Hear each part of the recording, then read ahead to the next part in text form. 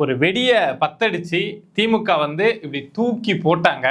ஆனா அது கொஞ்ச நேரம் உயர போய் நின்று பொறுமையா உயர போயிட்டு வந்து இப்போ அவங்க முதுகுக்கு பின்னாடியே வந்து விழுந்திருக்கு. திமுக என்ன நினைச்சாங்க அப்படின்னா, தமிழக வெற்றிக் கழகம் பிரிக்க போற ஓட்டு வந்து அதிமுகவுடைய ஓட்டு.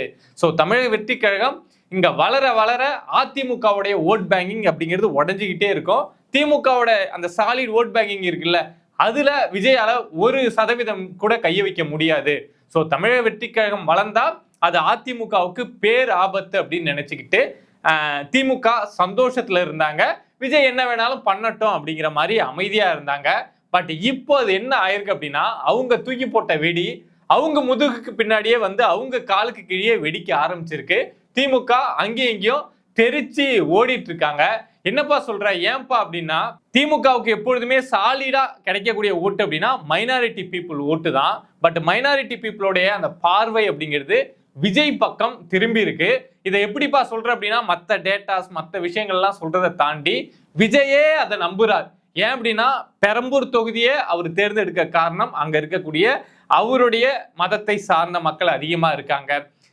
திருச்சி கிழக்க அவர் தேர்ந்தெடுக்கிறதுக்கு காரணம் அதே தான். ஸோ விஜயே அந்த மைனாரிட்டி பீப்புள் நமக்கு ஓட்டு போடுவாங்க அப்படின்னு நம்புறாரு. அதுவும் அவரே அந்த தொகுதியில நிக்கிறாரு அப்படின்னா கண்டிப்பா ஒரு குறிப்பிட்ட % ஆஃப் ஓட்டு அப்படிங்கிறது விஜய்க்கு வரப்போகிறது அப்படிங்கிறது சாலிடான விஷயம்.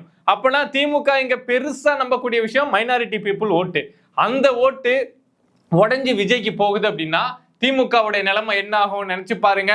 ஏன்னா திமுக காலங்காலமா நம்பி காலங்காலமா சொல்லிட்டு இருக்க ஒரே விஷயம் மைனாரிட்டி பீப்புள் ஓட்டு. ஸோ அந்த ஓட்டை விஜய் உடைப்பாரா அப்படின்னா, நடக்கக்கூடிய களத்துல இருக்கக்கூடிய விஷயங்கள், விஜய் டார்கெட் பண்ணக்கூடிய விஷயங்கள்லாம் பாக்குறப்போ, அவரு படிக்கிறப்போ ஜோசப் விஜய் அப்படின்னு படிக்கிறது, இந்த விஷயங்கள்லாம் பாக்குறப்போ மைனாரிட்டி பீப்புளுடைய ஓட்டு அப்படிங்கிறது திமுக கிட்ட இருந்து உடஞ்சி விஜய்க்கு கொஞ்சமாவது ஒரு எக்ஸாம்பிள் சொல்றேன். 12% ஓட்டு திமுக மைனாரிட்டி பீப்புள்கிட்ட வாங்கிட்டு இருந்தாங்க அப்படின்னா அதுல ஒரு 4% ஓட்டியாவது விஜய் உடைச்சு எடுப்பார் அப்படின்னு சொல்றாங்க.